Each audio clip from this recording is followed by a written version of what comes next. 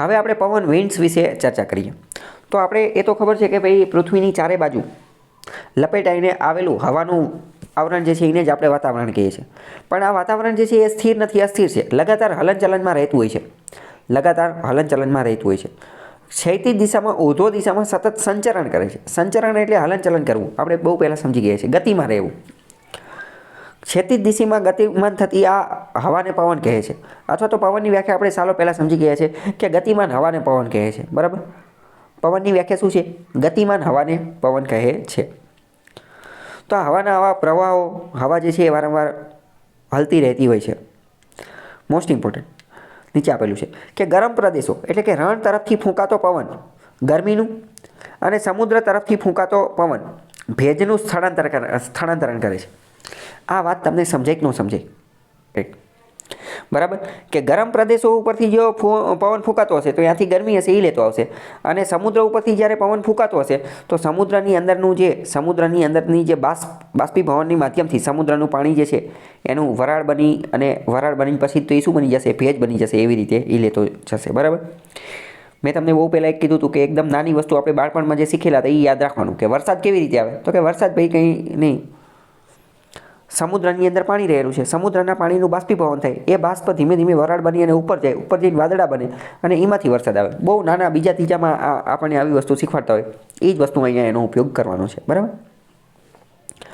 પવનોની દિશા અને વેગ દબાણના ઢાળના પ્રમાણ પર આધાર રાખે છે. પવનની દિશા કેની ઉપર આધાર રાખે? તો કે વેગ કયો છે, દબાણનું ઢાળ કયો છે, એ બધા ઉપર આધાર રાખે. હવે બે સ્થળ કે બે પ્રદેશ વચ્ચે હવાના દબાણ વચ્ચે રહેલા તફાવતને દબાણ પ્રવણતા, પ્રેશર ગ્રેડિયન્ટ કહે છે. જેમ કે આપણે જોયું કે વિષુવવૃત્તની વાત કરીએ તો વિષુવવૃત્ત ઉપર કેવું? તો કે હલકું દબાણ છે. વિષુવવૃત્ત ઉપર હલકું દબાણ છે. ધ્રુવ ઉપર ભારે દબાણ છે. તો આ બંને દબાણની વચ્ચે શું વેરિએશન જોવા મળી ને? તો બે સ્થળ કે બે પ્રદેશ વચ્ચે દબાણનો જે તફાવત હોય ને એને કહેવાય દબાણ પ્રવણતા. દબાણ પ્રવણતા ઇંગ્લિશમાં કહેવાય એને પ્રેશર ગ્રેડિયન્ટ. ગ્રેડિયન્ટ શબ્દ ગમે ત્યારે આવે એટલે એ તફાવતની જ વાત કરતો હશે. ઇંગ્લિશમાં ગ્રેડિયન્ટનો મતલબ થાય તફાવત. પ્રેશર ગ્રેડિયન્ટ, દબાણ પ્રવણતા ખબર પડી કે ન પડી? શું ખબર પડી?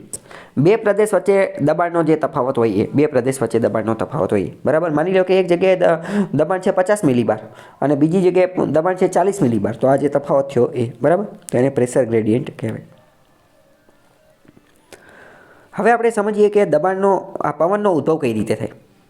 તો પવન જે છે ને, પવનનો ઉદ્ભવ કઈ રીતે થાય એ સમજ.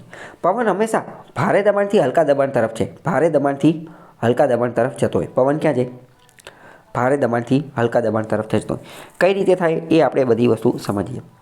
પવનનો ઉદ્ભવ આકૃતિ આપેલી છે એ સમજો. પહેલાં ગરમી પડશે, સૂર્યના કિરણો જમીન ઉપર પડશે. સૂર્યના કિરણો જમીન ઉપર પડશે તો શું થશે? જમીન ગરમ થશે કે નહીં થાય? જમીન ગરમ થશે તો એનું પવન પણ ગરમ થશે. એ પવન ગરમ થશે તો એ હવા પાતળી બનશે અને ધીમે ધીમે ઉપર થશે. ધીમે ધીમે શું થશે? ઉપર જશે. હવે ઉપર જશે, બરાબર, ઉપર જશે તો ત્યાંથી પછી એ કોઈને કોઈ જગ્યાએ નીચે ઉતરશે કે નહીં? તો એ આગળ કઈ જગ્યાએ ઉતરશે? તો કે જ્યાં ઠંડી હશે ત્યાં ઉતરશે ને. ગરમી હશે ત્યાંથી ઉપર ચડશે તો ઉતરશે ક્યાં? જ્યાં ઠંડી હશે ત્યાં. તો જો અહીંયા ઠંડી છે તો અહીંયા નીચે ઉતરે છે. બરાબર. તો આવી રીતે પવનનું આખું ચક્ર ગોળ ગોળ ગોળ ગોળ ગોળ ફર્યા કરે.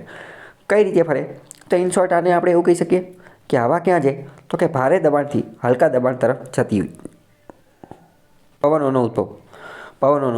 બરાબર. તો પવનો હંમેશા હલકા દબાણની આપૂર્તિ કરવા માટે ભારે દબાણથી હલકા દબાણ તરફ જશે. હંમેશા પવનો ક્યાં જશે? તો કે ભારેથી હલકા તરફ જશે. ભારેથી હલકા તરફ. અને આમે તે તમે વિચારો ને કે જે હલકા હશે ત્યાં તો જગ્યા ખાલી હશે ને. જે હલકું હશે જગ્યા ત્યાં જ ખાલી હશે. ભારે હશે ત્યાં તો બધું ફીસોફીસ હશે. ત્યાં તો બધું ફીસોફીસ હશે. ઇમેજિન કરો કે ભારે એટલે શું? આપણે જોયું કે ભાઈ નાની ડબ્બી છે એમાં બધું ફીટોફીટ ભરેલું છે. તો ત્યાં તો જગ્યા જ નથી. તો ત્યાંથી ક્યાંથી આવશે? એટલે હલકા દબાણની આપૂર્તિ કરવા માટે ભારે દબાણ તરફથી હલકા દબાણ તરફ ગતિ કરે છે. જો દબાણ પ્રવણતા એટલે શું? પ્રેશર ગ્રેડિયન્ટ એ ઓછી હોય તો પવનો ધીમા હોય. જ્યારે ગ્રેડિયન્ટ દબાણ પ્રવણતા વધુ હોય તો પવનો ખૂબ જ ઝડપથી ફૂંકાય છે. અને ઝડપથી જે પવન ફૂંકાય એના કારણે હરિકેન, ટાઇફૂન, નોર્વેસ્ટર એવા ચક્રવાતનો પણ ઉદ્ભવ થાય છે. તો હકીકતમાં આ જે પવનો ઉદ્ભવે છે કઈ રીતે એ ખબર પડી? તો કે પવનો એટલા માટે ઉદ્ભવે છે કારણ કે દબાણમાં ફેરફાર હોય છે. એટલે પ્રેશર ગ્રેડિયન્ટ, દબાણની પ્રવણતા જોવા મળે છે. અમુક જગ્યાએ દબાણ ઓછું હોય છે અને અમુક જગ્યાએ દબાણ ભારે હોય છે. તો જે જગ્યાએ ભારે દબાણ છે એ ભારે દબાણથી હવા ખેંચાઈ અને ક્યાં જશે? હલકા દબાણ ઉપર જશે. જ્યાં આ ગ્રેડિયન્ટ, આ તફાવત, આ પ્રવણતા બહુ વધુ હશે ત્યાં પવન ખૂબ ઝડપથી ફૂંકાશે અને ઓછું હશે ત્યાં હલકો પવન ફૂંકાશે. ખ્યાલ આવ્યો કે ન આવ્યો? 1856માં અમેરિકાનો એક વિદ્વાન વ્યક્તિ હતો ફેરલ. ફેરલે એક નિયમ આપ્યો, સિદ્ધાંત આપ્યો, જેને લો ઓફ ફેરલનો નિયમ કહે છે. એણે એવો સિદ્ધાંત આપ્યો કે આ પવનો ફરે છે એ બધી વાત સાચી, હલકા અને ભારે એ બધી વાતે સાચી, પણ એણે એવો સિદ્ધાંત આપ્યો કે પૃથ્વી ઉપર જ્યારે પવન ફરતા હોય છે ને તો પૃથ્વીની ધરી ભ્રમણની ગતિ, એટલે કે પૃથ્વી ખુદ પણ ગોળ ગોળ ફરે છે, તો પૃથ્વી ખુદ પણ ગોળ ગોળ ફરે છે અને પવનો પણ ફરે છે, તો એના કારણે પૃથ્વીની ધરી ભ્રમણની ગતિ જે છે ને એ પવનોની દિશા ઉપર અસર કરે છે. તો કે કેવી અસર કરે છે? તો કે અસર એવી કરે છે કે આના કારણે ઉત્તર ગોળાર્ધમાં જે પવન વાતા હોય છે ને, ઉત્તર ગોળાર્ધમાં જે પવન વાતા હોય છે એ જમણી બાજુએ ફંટાઈ જાય છે. થોડી એની દિશા બદલાઈ જાય છે. ઉત્તર ગોળાર્ધમાં એ પવનો થોડા જમણી બાજુ વળી જાય છે અને દક્ષિણ ગોળાર્ધમાં એ જે પવનો જે છે એ થોડા ડાબી બાજુએ વળી જાય છે. બરાબર? હવે આ આપણે કોઈ સાબિત ન કરી શકીએ. બરાબર? એટલે આપણે આ યાદ રાખી લેવાનું કે ફેરલે એવો નિયમ આપેલો હતો. એટલે કે ઇન શોર્ટ આ શું કહેવા માંગે છે કે પવન ડાયરેક્ટ સીધા નહીં જોવા મળે. પવન ક્યાંય સીધા જોવા મળશે નહીં. પવન કેવા હશે? ફંટાઈ ગયેલા હશે, મરોડાઈ ગયેલા હશે. કેવી રીતે મરોડાઈ ગયેલા હશે? તો કે ઉત્તર દિશામાં એ જમણી બાજુ થોડા વળી ગયેલા હશે અને દક્ષિણ ધ્રુવની અંદર, દક્ષિણ દિશાની અંદર, દક્ષિણ ગોળાર્ધની અંદર કેવા હશે? તો કે ડાબી બાજુ વળી ગયેલા હશે. કોના કારણે? પૃથ્વીનું ગુરુત્વાકર્ષણ બળ અને પૃથ્વીના ધરી ભ્રમણના કારણે. પૃથ્વીના ધરી ભ્રમણના કારણે થોડાક ફંટાઈ ગયા છે. આવું ફેરલે સાબિત કરી દીધું. એણે તો એ સાબિત કરીને કીધું હશે. બરાબર? પવનની દિશા અને વેગ માપવા માટે દિશાદર્શક યંત્ર અને વેગ માપક વાપરવામાં આવે છે. પવનનો વેગ દર કલાકે કિલોમીટર, માઇલ કે નોટમાં માપવામાં આવે છે. બરાબર? હવે પવન જે છે ને એના પણ અલગ અલગ પ્રકાર છે. એ આપણે થોડા સમજી લઈએ કે પવનના પ્રકાર કઈ રીતના છે, શું ઓલું પેલું. તો પવનના પહેલાં તો મુખ્ય 3 પ્રકાર છે. એક તો કાયમી પવન. કાયમી પવનને જ ગ્રહીય પવન કહે છે. કાયમી પવન એટલે કેવા? આ એવા પવન છે કે જે કાયમી રોજબરોજ ડેઈલી જોવા મળતા હોય, એમાં કોઈ ફેરફાર જોવા મળતો ન હોય. બીજા એવા છે મોસમી પવનો. મોસમી પવનો એટલે કેવા? તો કે મોસમ પ્રમાણે જોવા મળતા હોય. શિયાળાના તો કે શિયાળાના મોસમી પવનો, ઉનાળાના તો કે ઉનાળાના મોસમી પવનો, ચોમાસાના તો કે ચોમાસાના મોસમી પવનો. બરાબર? અને ત્રીજા નંબરના છે સ્થાનિક પવનો. સ્થાનિક પવનો એટલે કે લોકલ વિન્ડ્સ, જે લોકલ સ્થાન પ્રમાણે જોવા મળતા હોય. એ કંઈ બધે ન જોવા મળે. અમુક વાર દરિયા વિસ્તારમાં, જમીન વિસ્તારમાં, પર્વતના વિસ્તારમાં, આપણે જેમ કે ગુજરાતમાં, રાજસ્થાનમાં અમુક પ્રકારના પવન જોવા મળતા હોય, સૌરાષ્ટ્રમાં જોવા મળતા હોય, તો એ સ્થાનિક લેવલના. તો મુખ્ય પવનના 3 પ્રકાર છે. કાયમી પવનો એટલે કે ગ્રહીય પવનો.